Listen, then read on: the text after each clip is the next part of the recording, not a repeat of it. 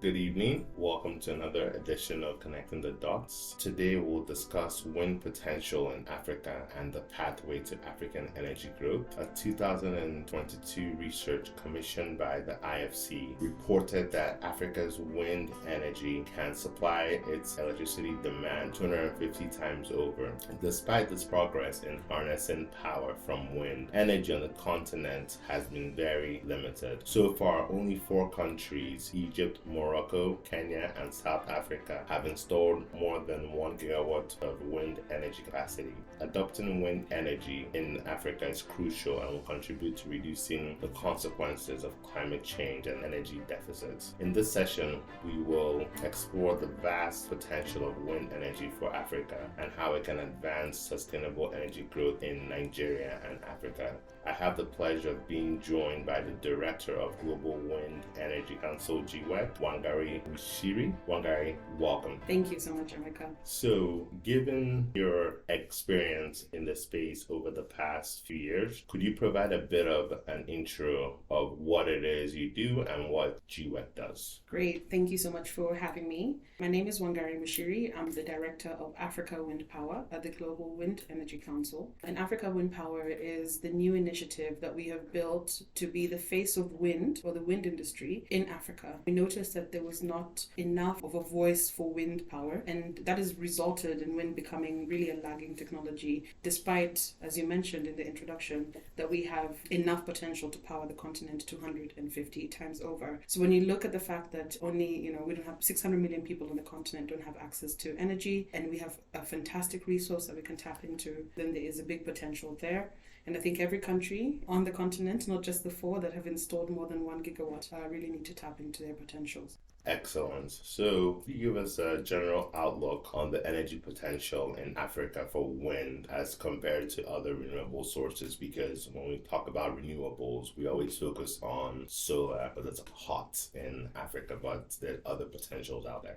Yeah, absolutely. I think there is a lot of understanding on solar because you know when the sun rises. You know when you wake up in the morning, the sun will come up, the sun will set. So people are able to easily predict what solar will be like and understand it as a technology. You don't know if the wind will blow, and you don't know how the wind will blow or how fast or how hard. And so I think these are the issues that, because you're not able to really predict that, people don't really understand the technology as easy. It doesn't mean that it's not there. In fact, the sun and the wind play hand in hand. And what we've seen is when the sun rises, the wind reduces. But when the sun sets, the wind is much higher. So that also means the complementarity of solar and wind is great in Africa. And so as much as we have solar, we also have wind in Africa. I think also, you asked me about the outlook and the potential. We have about 59,000 gigawatts of potential in Africa. Wow. In Nigeria alone, we have over 1,000 gigawatts of potential, just looking at 1% land mass. Just 1% of the land area in Nigeria can produce over 1,000 gigawatts of wind power. So we need to really look at that more seriously. And even when you install other renewable energy, I think the most optimum way to use renewables is together rather than in silos and alone. And so this is why we want that as solar is taking off, we want wind and the other technologies to join it in creating a 100% renewable energy mix. Interesting. Just to follow up on that, are there examples where that integration is currently happening with solar and wind and potentially hydro? Yes, in my country where I come from, in Kenya, there is a lot of that integration in the grid. So you might know already that we're 92% renewable. We have about 45% geothermal energy. We also have 15% wind power on our grid. We have 15% hydropower on the grid, and then we have 1% of solar. And the others are imported energy and, of course, thermal energy. So we use this mix of renewables to really power our grid, because we're blessed in wind, we're blessed in geothermal. This is really helping us in terms of supplying sustainable energy to our grid. And so Kenya is a great example. There are other examples on the continent that are coming up where there's a mix. In Egypt, we see wind and solar working hand in hand. In South Africa, we see wind and solar again, complemented by their large coal. So there is quite a bit happening on the continent in terms of energy mixes and getting all the energy technologies working together. Interesting. So looking at the continent, there's obviously East Africa, West Africa, Southern Africa, and the rest of them. But what are the most promising regions in the continent with high wind potential, and what factors could contribute to their sustainability for wind energy projects? We're seeing at the moment that the best wind resource on the continent is along the Rift Valley line. So a few countries in East Africa have great resource. In the north, where the Sahara is, there's quite a lot of wind resource. And that also comes into the West Africa power pool. And then in the Southern Africa power pool, there's an area that's near the border of South Africa in Namibia that actually has the world's best wind resource.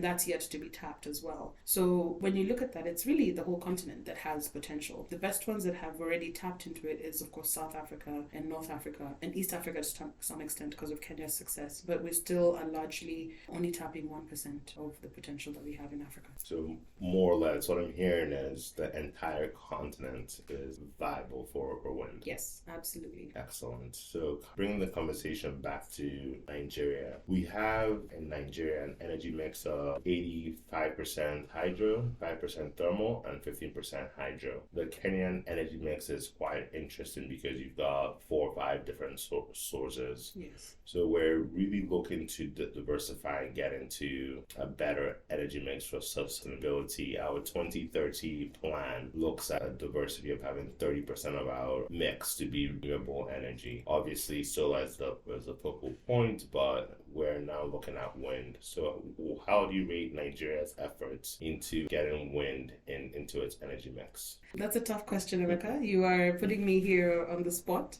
But I think Nigeria has a lot of potential that it can tap into. As you know, in Katsina, there's a 10 megawatt wind farm that was built but is yet to be complete after many years, almost a decade. And so this is one of the places that we need to improve in terms of really embracing the wind resource we have. And so I think Nigeria is doing well in terms of the transition, in terms of looking at the potential, but we definitely can tap more into our wind energy potential here. And it's great to hear that we have also launched the Nigeria Wind Energy Council, which will support these efforts in terms of capacity building, getting more information about wind, and hopefully getting more wind farms on the ground and turbines on the ground in Nigeria. That's interesting. In West Africa, there's only one wind farm, is that correct? Only one operational wind farm. One operational wind farm, and that's in Senegal. Yes. Can you tell me a little bit more about that project? Yes. So we have the Taibande wind farm, which is in Senegal. It's about 2 hours out of Dakar, and it's developed by Lekela. Lekela is one of the biggest developers in Africa, recently acquired Infinity. And so that is it's one of the projects that we really look up to as a star project on the continent, because one, it's the first in its region, the first in its country. It makes up 15% of the country's energy mix, which is significant in a country that is really rich in gas. So for it to be competitive on the grid, but also to be, one of the only ones in the West Africa power pool is really key. And we really are engaging with them to see what else they want to, to expand that wind farm, see if there's a possibility of that. But also they want to include batteries into that system. So that also makes it a very interesting case where you can use the batteries for ancillary services for the grid, but also take the excess energy that is produced from the wind farm to power, homes during the day. That's really cool. Given that they have gas, it's interesting that they've actually gone down this pathway, because gas almost makes it very convenient to just keep doing, but it's interesting they've taken the Norway approach of using their resources throughout. So the other angle with projects are obviously finance and show me the money. Mm-hmm. Show me the money. And with that thought in mind, how do you finance these projects, right? Because in Nigeria, there's 14 solar IPPs that have not reached financial closure over the past 5 years, or actually more like 7 years. So how do you get these things done? Because most international investors would want a government guarantee to ensure that everyone is on the same page. So what is the pathway to getting financing, and how can African government really support that effort? I think you're absolutely right when you say government guarantees are needed in most countries for wind farm. This is true, and a number of projects on the continent are actually stalling right now because they're not able to get the government guarantees, because one, the utilities in the countries are not bankable. And so this is a challenge that we see not only in Nigeria, in Ghana, in Kenya, in South Africa. South Africa is a bit different because they have a whole procurement program, but there is other countries that are experiencing this. When it comes to big wind farms, so large scale wind farms, and I say anything above 20 megawatts is large scale. You need a lot of financing. To give you an example, Lake Turkana Wind Farm is 310 megawatts, and that was $618 million. Kipeto Wind Farm is 120 megawatts, and that was well over $250 million. So there is a big amount of money that you need to put together, and so the people who can come together to do that really are the DFIs and multilateral banks, and they're able to really help de-risk those projects. The good thing is that when we talk to them, they are really keen to invest in these projects, and when we want to look at what it takes for the projects to reach a part where they are viable for these banks to look at, we don't need to do much because they're willing to also hold the hands of the project developers on the continent to help ensure that they develop good projects. So when you talk about financing right now, there's a few grant mechanisms on the continent that will allow early stage developers to do their resource assessments, to do their LiDAR readings and sonar readings initially, and then after that, then you can go to the multilateral banks and they can help you develop it so that it can come to financial close. We're also seeing that there's a few interesting and innovative ways that the guarantee issue is being addressed. So people like the EIB, the European Investment Bank, are coming up with their own partial guarantees. MIGA also has, which is part of the World Bank Group, has its own partial guarantee scheme for projects. So this means you're able to take certain guarantees against political risk or resource or whatever it is that will help not need a full government guarantee, and that can help push the project a bit further out. So also there's the Africa Energy Guarantee Facility that can also help to risk some of those. So once we're seeing more of these come on board, then we won't have this issue of government guarantees being really what's stalling projects on the continent. That seems like a very good initiative as far as these guarantees by the World Bank and by the European Union. One aspect that makes wind a bit different is the environmental piece that has to be done a year or so in advance to ensure you've done the studies and ensure that you've protected and conserved the wildlife, especially if the project is offshore. How does that work as far as getting those studies done? And then also, what are the potential risks that developers could face in that aspect? Yeah, I think that's a fantastic question, Emeka, because biodiversity is key to projects. We've seen in some places biodiversity element has really stopped projects. So when you don't look at the bird flight paths, you don't look at bats, you don't look at indigenous animals in the area, you don't look at patterns, migratory patterns of birds that maybe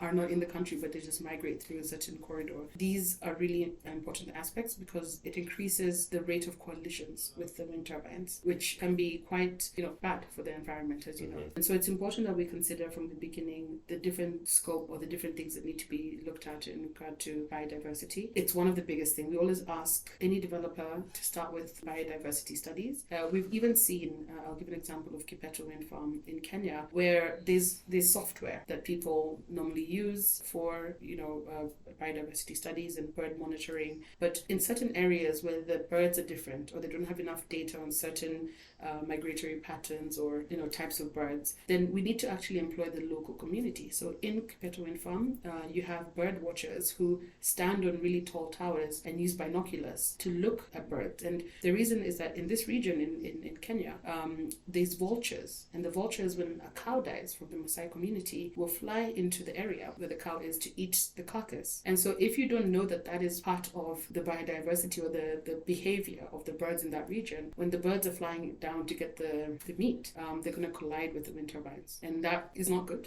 So that is, the lower you can keep the collisions down, the better. And so this is something they've had to input, getting the local community to call for a shutdown of the turbines when they see a vulture wants to come down and eat the carcass. And so that is quite important. And seeing even in Egypt, this a similar thing where they work hand in hand with the local community. When there's certain birds that come, a flock of birds that come into the region, then the community can call for a shutdown of the wind turbines. And this is actually a big thing because they actually take priority over the operation of the wind farm. If you think about it, shutting down a whole area of a wind farm means you're not getting the money from that. So it's a big deal. I think the wind farms definitely take it seriously, and it's great that in Africa we see different approaches, different innovative approaches that are now enabling us to take biodiversity to the next level and really be able to monitor that so that the collisions and the impact of the wind farm on nature and on the environment is minimized. Interesting. I've been to the Kipeto Wind Farm, and we definitely saw the bird watchers, and it's interesting that the local community is involved because that shows that the project has support. It's not just a project that's being forced down on these people. Yes, and it creates jobs, which is great. Precisely. So as we round up, do you have any final thoughts for us, especially for the power sector in Nigeria?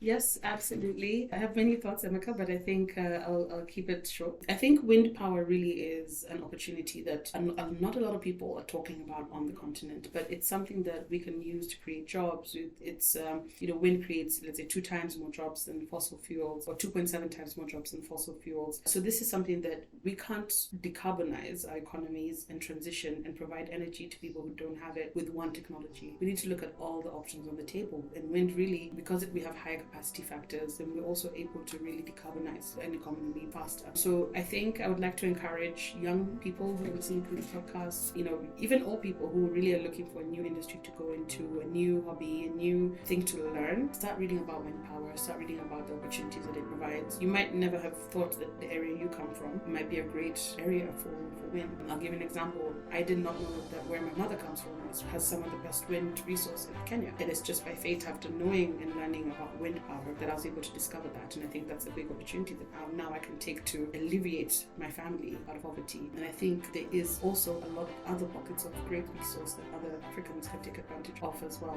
So if you are listening to this, definitely consider wind. If you're in solar, consider wind. If you're in hydro, consider wind. And reach out to us, reach out to the Nigerian Wind Energy Council, the Global Wind Energy Council, if you need any information. Always happy to talk about wind, get people involved in training and capacity building, and hopefully we will see more and more of us in this sector in Africa. Thank you for having me. Thank you, Wangari. And I think for us in Nigeria, we have 50% access to power. So any help we can get in moving that forward would be greatly appreciated. Thank you for all the work you do. Have a good one. And thank you for joining Connecting the Dots. Bye-bye.